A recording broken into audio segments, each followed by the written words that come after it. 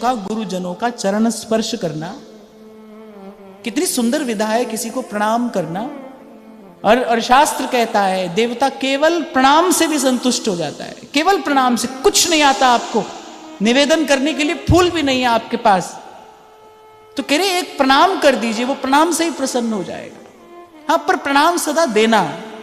एक और बात इसके साथ में कहना चाहता हूं, प्रणाम लेने का अभ्यास नहीं होना चाहिए, प्रणाम करने का अभ्यास होना चाहिए। प्रणाम लेने की आदत न पड़ जाए आपको।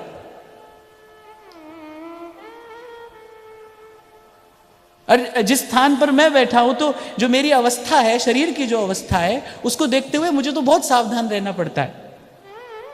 इसीलिए प्रयास किया जाता है भाई प्रणाम किसी से कराया ना जाए, सबको किया जाए। आपको एक बात बताऊं, माता प्रणाम कर दे, पिता प्रणाम कर दे, गुरुजन प्रणाम कर दे, श्रेष्ठ जन प्रणाम कर दें, और उनका प्रणाम अगर आप स्वीकार कर लें तो आपकी श्री नष्ट हो जाती है। बड़े लोगों से प्रणाम कराया नहीं जाता, उनको सदा किया जाता है। हमारे यहां तो ये सिखाया गया है, अभिवादनशीलस्य नित्य वृद्धोपसेविनः। प्रसंग आया है तो मैं आपको बता रहा हूं, सिखाइए, आप भी सीखिए और अपने बच्चों को भी सिखाइए। घर में कोई बड़ा बूढ़ा हो, आसपास अगर कोई वृद्ध है, भले वो केवल आयु से ही वृद्ध है, वो ज्ञान वृद्ध नहीं है, केवल वय से वृद्ध है, यदि कोई वयोवृद्ध है तो कह रहे उसको प्रणाम, नित्य प्रणाम करने से, उसका अभिवादन करने से क्या होता है? चत्वारि तस्य वर्धन्ते आयुर्विद्या यशो बलम। आयु की वृद्धि होती है, विद्या की वृद्धि होती है, यश और बल बढ़ता है केवल वयोवृद्ध लोगों को प्रणाम करने से। जो छोटी उम्र के बच्चे हैं, जो मुझे सुनते हैं, सुन रहे हैं, मैं उनके लिए ये बात कह रहा हूं। घर में कोई बड़ा व्यक्ति है, आसपास अड़ोस पड़ोस में अगर कोई बड़ा व्यक्ति है, तो ऐसे आते जाते एक बार आदर से उसको प्रणाम करिए। अभिवादनशील से, इससे क्या होगा? इससे एक तो प्रणाम करने का संस्कार पुष्ट होगा।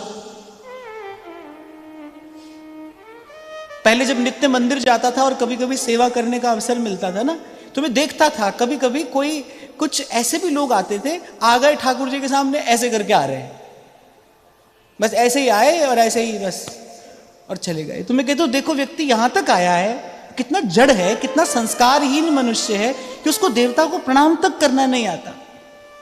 नहीं तो प्रणाम से ही वो जाने क्या प्रसाद ले जाता, प्रणाम करना भी नहीं आता। प्रणाम करना, प्रसाद लेना, प्रसाद कैसे लिया जाना चाहिए, कितने आदर से प्रसाद लेना चाहिए। ऐसे एक हाथ आगे बढ़ा दिया, ले देव प्रसाद। ये छोटी छोटी चेष्टाएं बताती है कि साधारण शिष्टाचार भी है कि नहीं है। भक्ति का घर तो बड़ा दूर है, वो तो बहुत दूर की बात है, साधारण शिष्टाचार भी है कि नहीं। ये प्रणाम की बात आई तो मैंने कहा कैसे शीश नवाया जाए किसी को कि वो कृपा करने को विवश हो जाए। कई बार मैं आपसे कहता हूं ना, आशीर्वाद मांगा नहीं जाता भाई, मांग के नहीं मिलता है आशीर्वाद।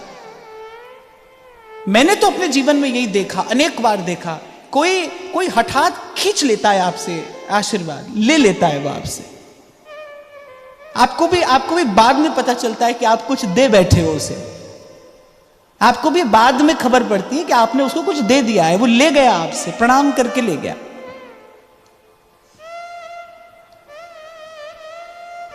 हाँ, पर ध्यान रखना, प्रणाम देना है हमको आदर देना है, लेना नहीं है। अब मैं तो भाई ऐसे स्थान पर कभी कभी बड़ी उम्र के लोग भी प्रणाम कर देते हैं,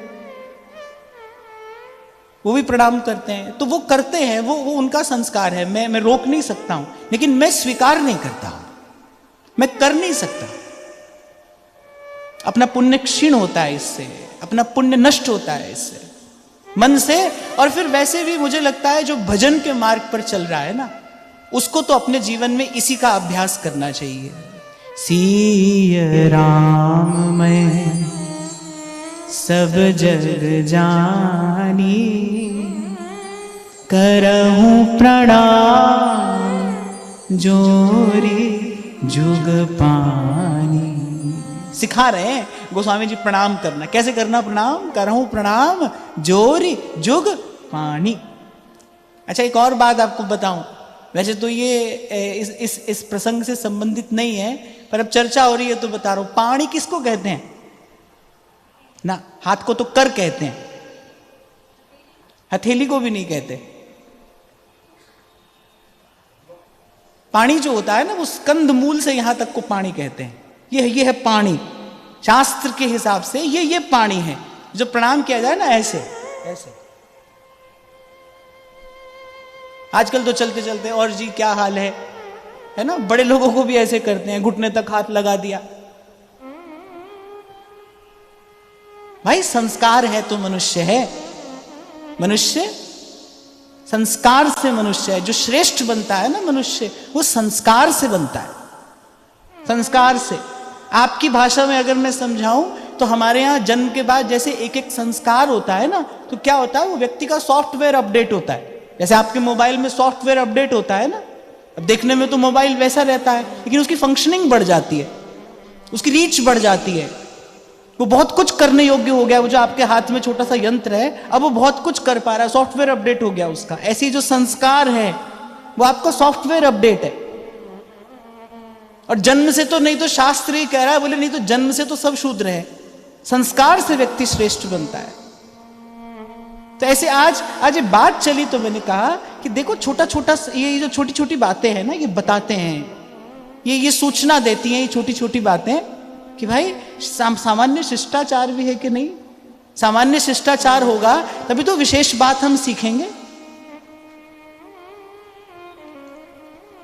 और भाई ये छोटी छोटी घटनाएं जीवन में बड़े बड़े सकारात्मक परिणाम ले आती हैं। इसी स्थान की बात है, मैं आपको अपना अनुभव बता रहा हूं। भाद्रपद की एकादशी का दिन था ना, त्रयोदशी का, लाल जी की छठी थी। मैं पहली बार वृंदावन आया था। और प्रातः स्मरणीय श्री रसिक पद रेणु जी महाराज अचल विहार से यहां आए थे श्री लाडली लाल जी का दर्शन करने। यहां समाज हो रहा था। अब हम लोग तो पहली बार वृंदावन आए थे, जानते नहीं थे समाज क्या है। यहां पर बाबा की कृपा से हमको महाराज जी का दर्शन हो गया था। तो महाराज श्री कुछ अस्वस्थ थे, यहां पर आए, यहीं पर आसन लगा था, उस आसन पर आकर बैठ गए। समाज हुआ, राजभोग की आरती हो गई। जब महाराज श्री वापस जाने लगे तो बाबा दौड़कर गए भीतर से कुछ अमनिया प्रसाद आदि ले आने के लिए। कोई यहां पर निकट था नहीं, एक व्यक्ति थे, वो सेवा में थे। तो जैसे ही महाराज श्री खड़े हुए, द्वार के बाहर उनकी चरण पादुका रखी थी। तो मैं ये कहूंगा कि जन्म से मुझे ऐसा थोड़ा सा अवसर मिला कि भाई जब संत आए तो उनका स्वागत कैसे किया जाना चाहिए। ऐसे घर में मुझे सौभाग्य से जन्म मिला जहां संत आते रहते थे। फिर माँ ने ऐसा संस्कार दिया कि भाई संत की सेवा कैसे करनी चाहिए। तो महाराज श्री एकदम अपने स्थान से खड़े हुए और मैं दौड़ कर गया, और मुझे लगा कि पास में कोई है नहीं, तो मैं दौड़ कर गया और मैंने वो चरण पादुका उनके सन्मुख ले जाकर रख दी। महाराज श्री ने चरण पादुका पहनी, मुझे बड़ी गंभीर दृष्टि से देखा और मैं पादुका रखकर पीछे हो गया। और फिर मुझे इशारा करके बुलाया। अस्वस्थ तो वो थे, और जब मैं निकट गया तब से दोनों हाथ मेरे मस्तक पर रख दिए। वो दिन, वो क्षण मैं कभी भूलता नहीं। एक छोटी सी चेष्टा आपकी, एक छोटी सी चेष्टा, बस केवल मैं वो पास पड़ी जो पादुका थी वो लाकर मेरे चरणों में रख दी। क्यों? क्योंकि वो संस्कार मुझे मिला था। इसलिए मैं कह रहा हूं कि ये छोटी छोटी बातें जीवन में बड़ा बड़ा व्यापक परिणाम ले आती हैं। कई बार आपकी छोटी सी चेष्टा बहुत बड़ा लाभ करा देती।